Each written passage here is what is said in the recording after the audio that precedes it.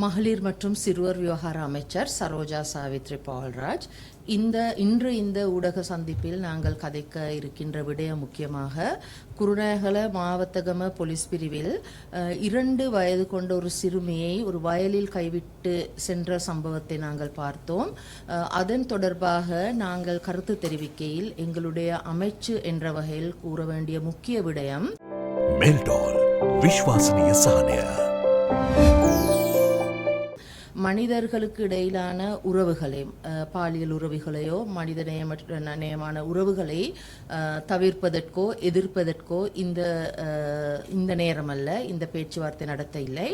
ஆனாலும் முக்கியமாக சொல்ல வேண்டியது, உங்களுடைய உறவுகளின் மூலம் இந்த உலகத்துக்கு பிறக்கின்ற எந்த ஒரு சிறுவரையும் அனாதரவாக விட்டுவிட வேண்டாம். கைவிட்டு ஏதாவது ஒரு அனாதரவான நிலையில் அல்லது பாதுகாப்பற்ற சூழலில் தள்ளிவிட்டு செல்ல வேண்டாம் என்ற வேண்டுகோளை நாங்கள் அமைச்சு என்ற வகையில் நாங்கள் கேட்டுக்கொள்கின்றோம். முக்கியமாக அவ்வாறு பிறக்கின்ற குழந்தைகளை, உங்களுடைய உறவுகளின் மூலம் இந்த உலகுக்கு புதிய பிறவிகளாக பிறக்கின்ற இந்த குழந்தைகளை பராமரிக்க வேண்டிய கட்டாயத்தில் ஒரு நாடு என்ற வகையில் நாங்கள் இருக்கின்றோம். ஆகவே தான் நாங்கள் சொல்கின்றோம், தற்போதைய பிறப்பு அத்தாட்சி பத்திரத்தில் நாங்கள் பெற்றோர்களுடைய திருமணம் பதிவு செய்யப்பட்டிருக்கின்றதா என்ற கேள்வியை நாங்கள் தவிர்த்திருக்கின்றோம். அது மட்டுமல்லாமல் பெற்றோர்களின் தந்தையின் பெயர் என்ன என்றதை குறிப்பிடாமல் தந்தையருடைய அந்த குடும்ப பெயரை இல்லாவிட்டால் தன் தாயின் குடும்ப பெயரின் மூலம் அந்த குழந்தைக்கு பெயர் வைக்க முடியும் என்றதையும் நாங்கள் இவ்வேளையில் கூற விரும்புகின்றோம். அதாவது இன்னொரு விஷயமானது என்னவென்றால், நாங்கள் கூற வேண்டியது, உங்களுக்கு தற்சமயம் ஒரு சிறுவரை, ஒரு குழந்தை பிரசவம் ஏற்பட்டால் அந்த குழந்தைக்கு எதிர்காலத்தில் பராமரிப்புக்கு தேவையானவாறு பொருளாதார வசதிகள் இல்லாவிட்டால் உங்களுக்கு தன்னிச்சையாக அந்த குழந்தையை பெற்று வளர்க்க முடியும் என்ற உறுதியான நம்பிக்கை உங்களுக்கு இருப்பதாக இருந்தால் அரசாங்கம் கை கொடுப்பதற்கு தயாராக இருக்கின்றது. பாடசாலைகளுக்கு அனுமதிக்கும் போதோ அல்லது ஏதாவது அந்த குழந்தைகளின் வளர்ப்புக்கு தேவையான அனைத்து பொறுப்புகளையும் பொறுப்புடைமைய அரசாங்கம் ஏந்திருக்கின்றது. ஆகவே ஒருபோதும் குழந்தைகளை அனாதரவாக பாதுகாப்பற்ற நிலைகளில் விட்டுவிட வேண்டாம் என்ற வேண்டுகோளை நாங்கள் இவ்வேளையில் கூற விரும்புகின்றோம். அத்தோடு இன்னொன்று கூற வேண்டிய முக்கியமான விடயம்தான், நீங்கள் கருவுண்ட பிறகு அந்த கருவை கலைப்பதற்கான எந்த ஒரு நீதியான முறையும் நீதி ஆதரவு இந்த நாட்டில் கிடையாது. ஆகவே கருக்கலைப்புக்கு எப்போதுமே முன்வர வேண்டாம்.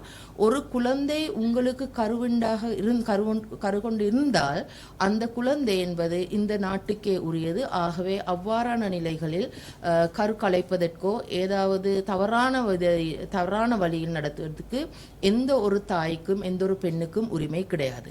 ஆகவே தான் உங்களுடைய உறவுகளின் மூலம் இந்நாட்டுக்கு பிறக்கின்ற குழந்தைகளுக்கு உங்களால் பராமரிப்பு கொடுக்க முடியாவிட்டால் அந்த தாய்மார்கள், இளம் யுவதிகளாக இருக்கலாம், சிறு வயது தாய்மார்களாக இருக்கலாம், பாடசாலை மாணவிகளாக இருக்கலாம், நீங்கள் இவ்வாறு ஒரு கருவை கொண்டு பிரசவம் பார்த்தால் அதற்கு பிறகு இந்த நாட்டில் உள்ள சாபத்துக்கும் அசௌகரியங்களுக்கும் அதே போல சமுதாயத்தில் ஏற்படுகின்ற அனைத்து விளைவுகளுக்கும் நீங்கள் தான் தனியாக முகம் கொடுக்க வேண்டும். ஆகவே தான் நாங்கள் சொல்கின்றோம், உங்களுடைய உறவுகளை பற்றி நம்பிக்கை இல்லாவிட்டால் அல்லது நம்பிக்கைகரமான ஒரு குடும்ப பாதுகாப்புடைய சூழலில் குழந்தை பிரசவம் ஏற்படுத்த முடியாவிட்டால் தயவு செய்து இந்த கருகளை தடுத்துக் கொள்வதற்கு, கரு ஏற்பது தடுத்துக் கொள்வதற்கான விஞ்ஞான பூர்வமான அணுகுமுறைகளை மேற்கொள்ளுங்கள் என்று மிகவும் தாழ்மையுடன் கேட்டுக்கொள்கின்றோம்.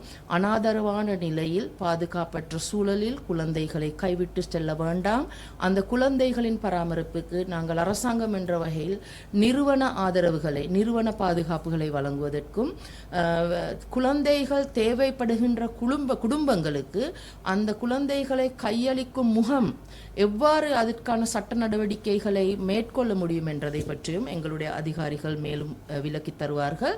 ஆகவே எந்த ஒரு காரணம் கொண்டும் இனிமேல் உங்களுடைய குடும்ப சூழலில் தவிர்த்து தனியாக பிறக்கின்ற ஒரு பெண்ணால் பிறக்கின்ற இந்த குழந்தைகளை அனாதரவான நிலையில் பாதுகாப்பற்ற சூழல்களை போட்டுவிட்டு கைவிட்டு விட்டு போக வேண்டாம் என்று மிகவும் தாழ்மையுடன் அரசாங்கம் என்ற வகையில் கேட்டுக்கொள்கின்றோம்.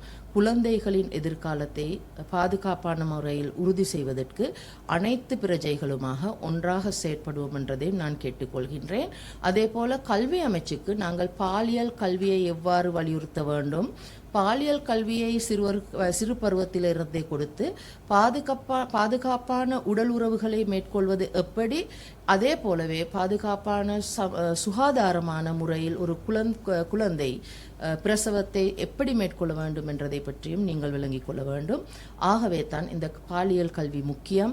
எனவே உங்களுடைய பாதுகாப்புக்காக, எதிர்கால நாட்டின் வளர்ச்சிக்காக நாங்கள் அனைவருமே இந்த விழிப்புணர்வுடன் செயற்படுவோம் என்றதை நாங்கள் இவ்வேளையில் கூற விரும்புகின்றோம்.